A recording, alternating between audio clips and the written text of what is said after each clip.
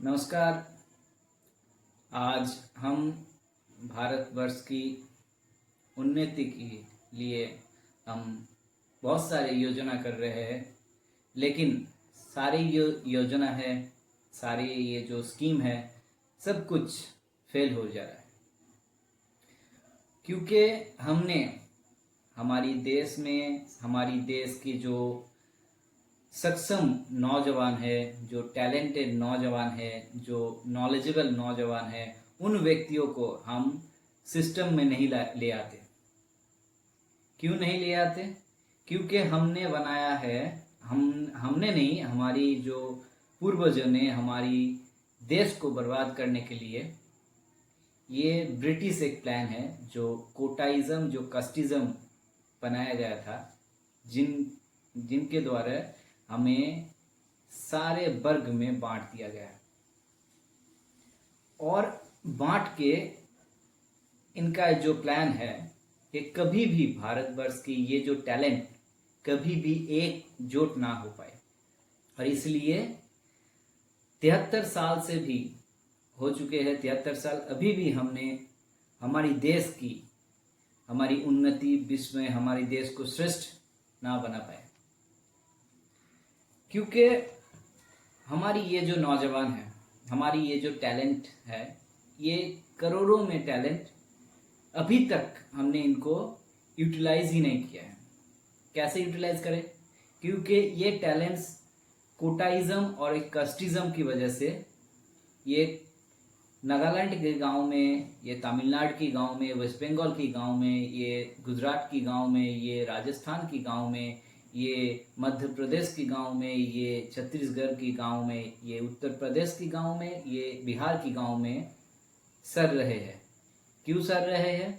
क्योंकि ये व्यक्ति कोटाइज्म और कास्टिज्म की वजह से ये सिस्टम में नहीं आ पा रहे। इनके पास टैलेंट्स है, इनके पास नॉलेज है, इनके पास प्रोफेशनल है, ये व्यक्ति स्किल्ड है, लेकिन इन व्यक्तियों को हम कस्टिज्म और कोटाइज्म और मनीज्म और सुपारिज्म की वजह से हमने इन व्यक्तियों को सामने नहीं लेके आते।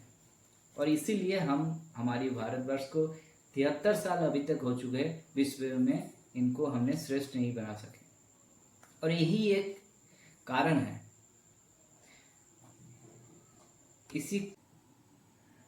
और इन कारणों की वजह से हम 73 साल तक, अभी तक हमने देश को विश्व में श्रेष्ठ ना बना पाए। हमारी ये उस समय की बात है जब 1946 को अनऑफिशियली भारत को आज़ादी मिली थी। उसकी बाद 15 अगस्त 1947 को ऑफिशियली हम स्वतंत्र हो चुके। तब समय ब्रिटिश गवर्नमेंट ने, ब्रिटिश पार्लियामेंट ने हमारे लिए, हमारी देश को बर्बाद करने के लिए कोटाइज्म और ये जो कस्टिज्म, ये सिस्टम बना के हमारी देश की मानव सभ्यता को बांट दिया। क्योंकि ब्रिटिश गवर्नमेंट को ये पता था, क्योंकि वो व्यक्ति दूर तक सोच सकते थे। उनको पता था भारतवर्ष की ये जनता यदि एक हो जाए तो ये विश्व में श्रेष्ठ बन जाएंगे। और इसीलिए उन्होंने हमारी उस समय की कुछ पॉलिटिशियन से मिलके 6 बार ये संविधान बदला गया था। तो वहाँ पे जो अंबेडकर जी अब कहते हैं कि हमारी संविधान की रचयिता है, लेकिन उन्होंने भी चाहता था कि हमारी देश एक होके, किसी भी जात, किसी भी धर्म से नहीं, एक होके सब मिलके विश्व में भारत को श्रेष्ठ बनाए। ये उनका सपना था। लेकिन अब हम भारत को अभी तक 73 साल हो भी चुके हैं, विश्व में श्रेष्ठ नहीं बना पा रहे।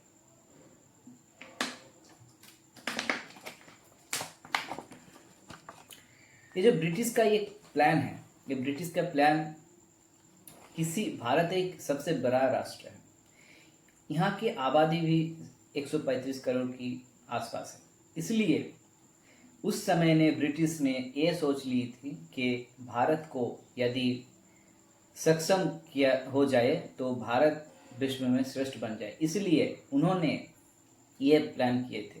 पर ये ब्रिटिश प्लान है, ब्रिटिश पार्लियामेंट से हमारी ये संविधान बनाया गया था,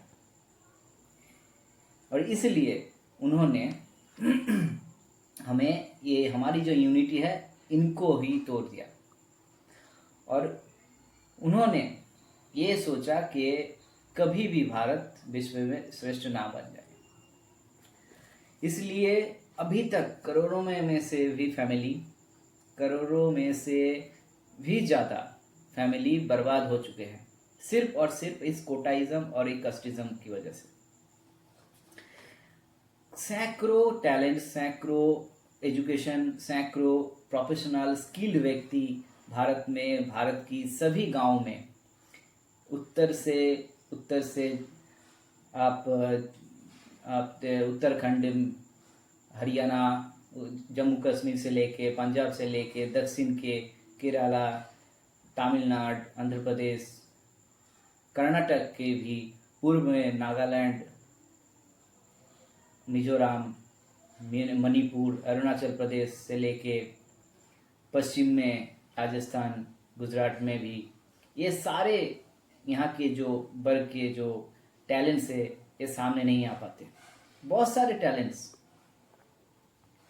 और इसीलिए हमारी जो टैलेंट है ये हमारी सिस्टम में नहीं आते, इसीलिए हमारी भारतवर्ष आगे नहीं जा सकते। हम सैकड़ों योजना बनाते हैं, सैकड़ों हम स्कीम बनाते हैं, कोई भी स्कीम, कोई भी योजना हमारी 1 साल तक नहीं टिकती, और 90% ये स्कीम फेल हो जाती है। सिर्फ और सिर्फ ये सिस्टम में हम अव्वल व्यक्तियों को, हम टैलेंटेड व्यक्तियों को सामने नहीं लेके आते। ये हम सोचते हैं कि रिजर्वेशन करके हमने बहुत सारे तीर मार दिया, लेकिन ये ब्रिटिश का एक ट्रैप है कि भारतवर्ष कभी भी विश्व में श्रेष्ठ ना बने, और इसीलिए उन्होंने भारतवर्ष की एकता को, अखंडता को खंड करने के लिए ये पॉलिसी बनवाया था। कुछ व्यक्तियों को सहायता की थी, ये उस समय की बात है, और अब हम 21वीं सदी में जी रहे हैं, और इसी कोटाइज्म सिस्टम को, कस्टिज्म सिस्टम को हमारी संविधान से हटाना पड़ेगा, तब जाके हम भारत को श्रेष्ठ बनाएंगे। हमारी जो सैकड़ों टैलेंट्स है ये सब हमारी सिस्टम में आके हमारे सिस्टम के लिए काम करे, तब जाके हम भारत को श्रेष्ठ बना सकेंगे। 1993 में सुप्रीम कोर्ट ने एक बार इस जो कोटाइज्म, इस जो कस्टिज्म है, इसे अनकॉन्स्टिट्यूशनल बोला था। ये अनकॉन्स्टिट्यूशनल है, इसे कोई कॉन्स्टिट्यूशन की फ़ायदा नहीं है, ये कोई भी वर्ग की फ़ायदा नहीं है। इसीलिए हम अव्वल व्यक्ति जो सारे नौजवान हैं वो सामने नहीं आ पाते। हमने हमारी जो मेडिकल सिस्टम है, हम तो कहते हैं हमारी मेडिकल सिस्टम अच्छे है, लेकिन 2016 में एक सर्वे में WHO यानी कि वर्ल्ड हेल्थ ऑर्गेनाइजेशन ने ये बताया था कि भारत की 40% doctors are not to be fit for the doctor in medical science. यानी कि भारत की जो 40% डॉक्टर है वो मेडिकल साइंस के अंदर डॉक्टरी फिट नहीं है, क्योंकि उनके द्वारा ट्रीटमेंट किए जाए हजारों पेशेंट हर रोज़ मरते हैं, क्योंकि वो ट्रीटमेंट फेल्योर देते हैं, क्योंकि उनके पास वो क्षमता नहीं है, उनके पास वो ट्रेनिंग नहीं है जिनके द्वारा वो व्यक्ति किसी मरीज को बचा सके। और इसलिए बहुत सारे यो व्यक्ति किसी MLA की भाई हो या कोई सांसद की फैमिली से हो या आम आदमी तो मरते रहते हैं, या कोई अफसर हो, अफसर की परिवार हो, इस वजह से ट्रीटमेंट फेलियर की वजह से मरते रहते हैं। ये दिन में 1000 होते हैं, एक दिन में 1000 होते हैं भारतवर्ष में, यानी कि एक महीने में 30,000 के आसपास सिर्फ ट्रीटमेंट फेलियर की वजह से मरते रहते हैं। और ये इमरजेंसी सिचुएशन है।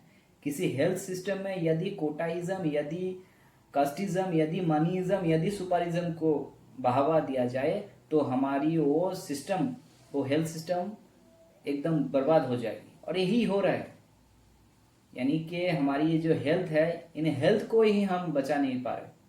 क्यों नहीं बचा पा रहे? ये कास्टिज्म और ये कोटाइज्म की वजह से। और इसीलिए हमें ये कोटाइज्म और ये कास्टिज्म को हटाना पड़ेगा।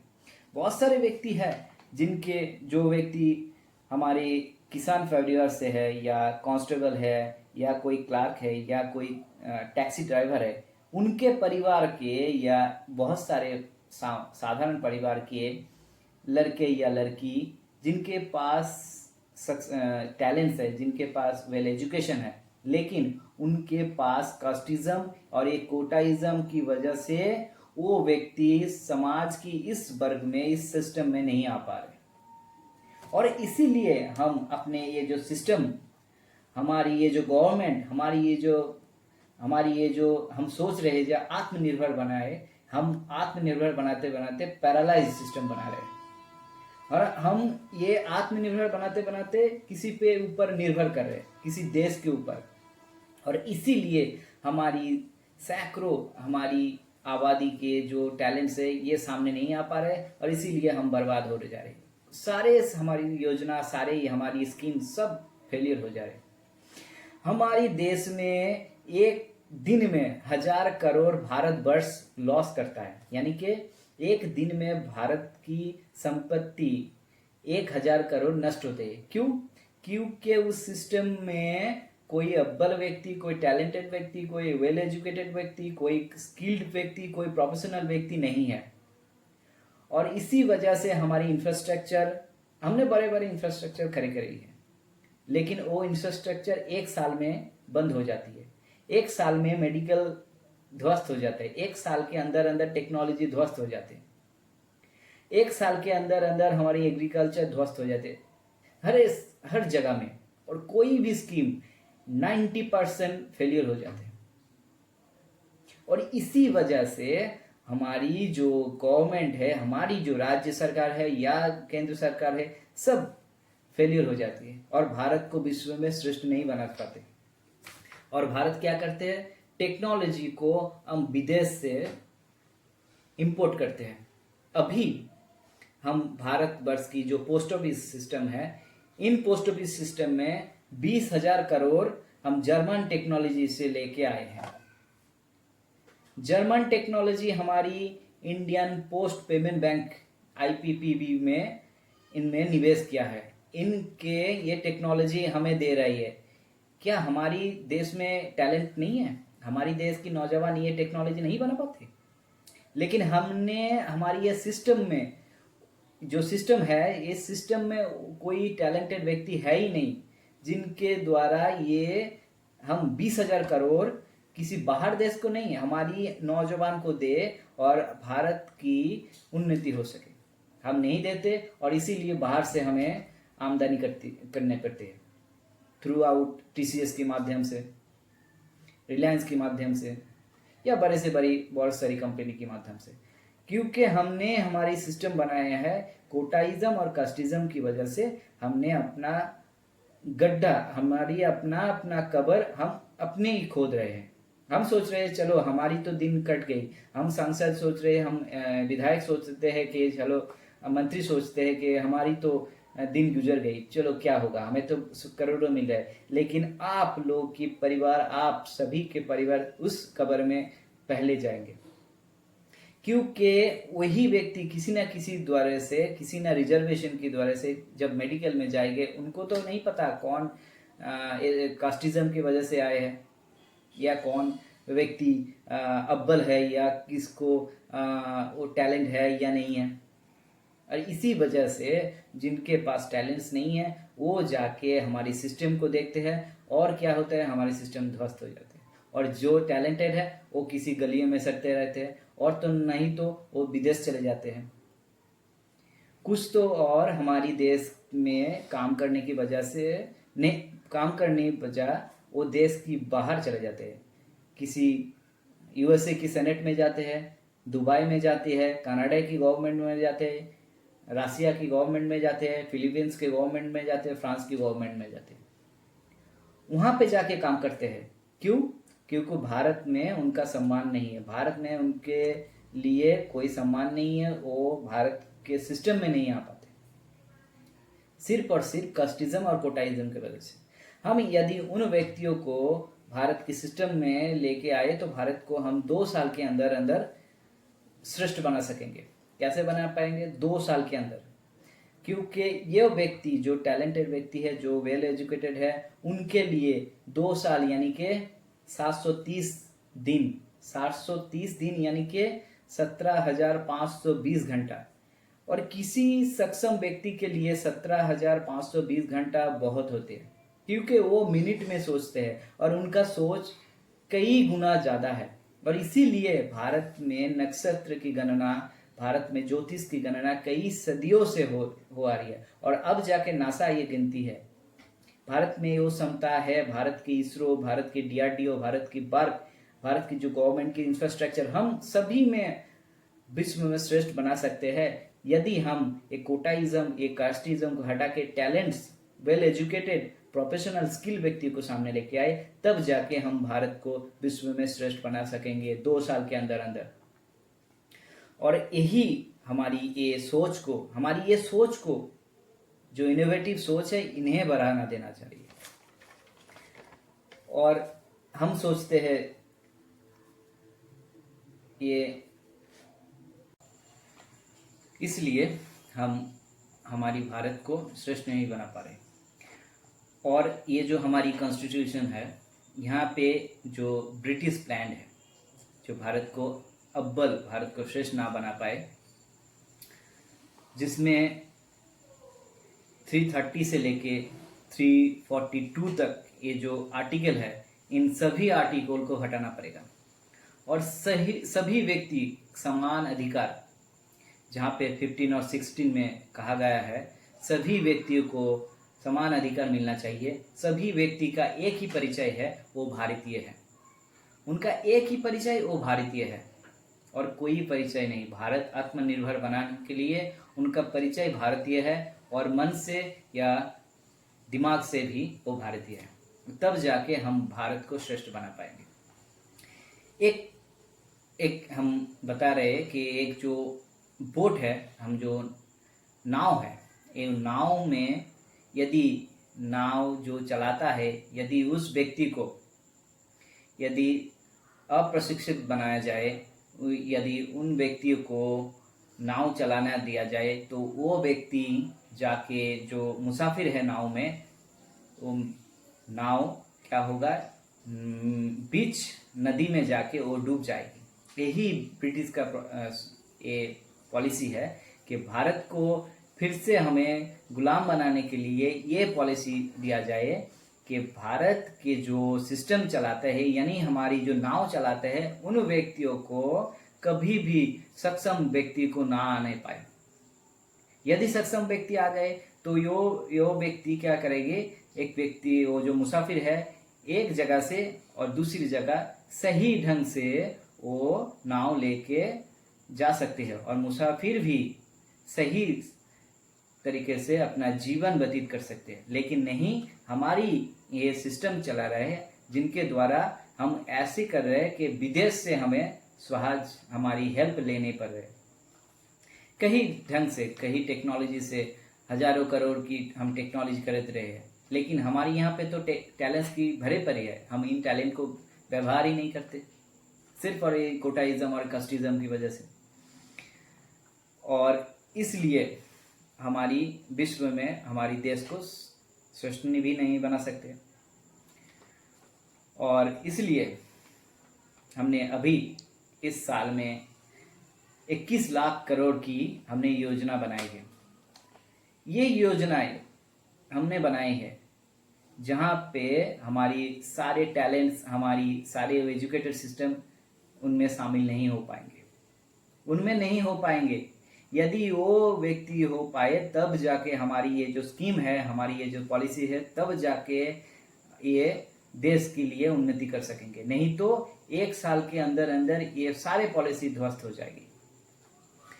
हमारे यहाँ पे सबसे बड़े, हमारी ये जो नौजवान है, सबसे बड़े इनका एक लक्ष्य होता है यूपीएससी में क्रैक करना। लेकिन यूपीएससी में ये एग्ज़ाम ही नहीं दे पाते, या दे पाते तो वो अव्वल ही नहीं हो पाते। क्यों नहीं हो पाते?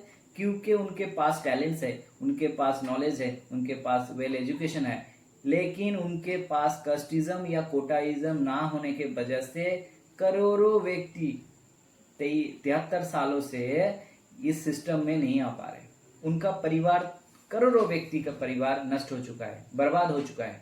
अभी भी हो रहा है, अभी भी हो रहा है। करोड़ों परिवार, करोड़ों टैलेंट्स अभी भी नष्ट हो रहा है। इसी वजह से ये व्यक्ति, यूपीएससी में भारतवर्ष का सबसे बड़ा इम्तिहान है, इनमें भी ये क्षमता होने की वजूद भी इनके पास ये क्षमता है, लेकिन ये सिस्टम में नहीं आ पाते।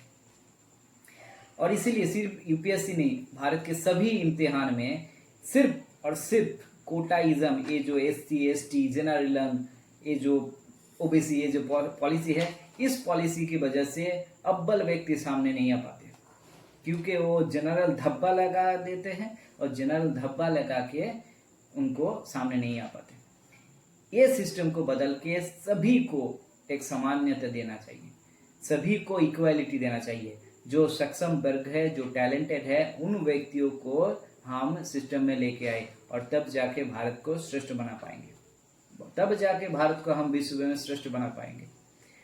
और जो व्यक्ति गरीब है, उन व्यक्तियों को ही सुविधा मिले, कोई वर्ग में कोई जो कस्टिज्म है इनके द्वारा नहीं। जो गरीब है उन व्यक्तियों को ही सुविधा मिले। जो नागालैंड एक हमारी देश की एक प्रदेश है, बहुत सारे हमें दिल्ली वाले ये वाले नहीं जानते, यहाँ के हॉस्पिटल ही नहीं है, यहाँ पे अच्छे अच्छे हॉस्पिटल नहीं है। मणिपुर के, मिजोरम के, त्रिपुरा के, अरुणाचल की प्रदेश की बहुत सारी जगह में अच्छे हॉस्पिटल नहीं है, अच्छी सुविधा नहीं है। आसाम की जगह में बहुत सारी सुविधा नहीं है, पश्चिम बंगाल या सिक्किम में बहुत सारी सुविधा नहीं है। क्यों नहीं है? 73 साल हो चुके हैं, अभी तक सुविधा इसलिए नहीं है, यहाँ से कोई सक्षम व्यक्ति हमारी गवर्नमेंट के लिए, हमारे सिस्टम के लिए काम नहीं कर पाते। ये व्यक्ति यदि काम कर पाते तो हम देश के लिए, ये राज्य के लिए, ये गांव के लिए हम देश को एक ऐसी जगह में ले जाएंगे जो विश्व में श्रेष्ठ बन जाएंगे। यहाँ से टेक्नोलॉजी, यहाँ से अपना जो सर्च इंजिन गूगल, अब देख रहे हैं किसी विदेशी का है, अब हम भी एक गूगल जैसा हम भी अपना सर्च इंजिन बना सकते हैं। एक खोज बना के, वो भी पावर्ड बाय गूगल करके नहीं, अपना खुद का एक सर्च इंजिन होगा, अपना खुद का एक टेक्नोलॉजी हब होगा, जैसे हम देश को उन्नति दे सके। और हमारे यहाँ पे कल्चर, हमारे यहाँ के टैलेंट्स, हमारे यहाँ के वाइज मैन, हमारे यहाँ के एजुकेशन भरे पड़े हैं, और इसी को हमें काम में ले आना चाहिए। एक कहावत है, जो नहीं है भारत में वो नहीं है भू भारत में, यानी कि इसका मतलब कि भारत के अंदर जो नहीं है वो पूरे विश्व में नहीं है। लेकिन भारत, हमें ये जो संविधान देख रहे हैं, ये जो संविधान की जो पॉलिसी है, इन एट्रोसिटीज पॉलिसी को हमें हटाना होगा, और तब जाके हम भारत को विश्व में श्रेष्ठ बनाएंगे। भारत की जो आबादी है सभी परिवार, एक परिवार के एक व्यक्ति को यदि हम सिस्टम में लेके आए, तब जाके भारत के ये परिवार गर्व महसूस करेंगे कि मेरे भारत श्रेष्ठ है, मेरे भारत महान है, और महसूस करेंगे, गर्व से बोलेंगे हम भारतीय हैं, और पहचान होगा भारतीय। और इसलिए हमें सर्वदल, सभी दल के नेता, सभी जनता, 135 करोड़ आबादी के हित के लिए, देश के लिए, राष्ट्र हित के लिए हमें ये कोटाइज्म, हमें ये कस्टिज्म, हमें ये मनीज्म, ये सुपरिज्म पॉलिसी को हटाना पड़ेगा, और संकल्प लेना पड़ेगा भारत के श्रेष्ठ बनाए। कोई रिजर्वेशन के द्वारा नहीं, टैलेंट्स के द्वारा, एजुकेशन के द्वारा, स्किल के द्वारा, प्रोफेशनल के द्वारा, तब जाके हम भारत को श्रेष्ठ बनाएंगे। सभी क्षेत्र में, कल्चर में, एजुकेशन में, सभी जगह में हम अव्वल बनेंगे, और जो व्यक्ति बाहर चले चुके हैं, उन व्यक्तियों को भी हम देश के हित के लिए काम में लेके हम विश्व में श्रेष्ठ बनाएंगे। तब जाके हमारी भारत महान होंगी, विश्व में श्रेष्ठ होगा, हजारों साल तक हमारी भारत आबाद रहेगा। तो इसलिए हमें संकल्प लेना है कि कोई भी रिजर्वेशन नहीं, only the talents, only your skill, only your professional, only your education will be given prioritize for our making India, to make our India best. For that is we are asking all the citizen of India, please get in touch and make our constitution great. Thank you. Jai Hind. Vande Mataram.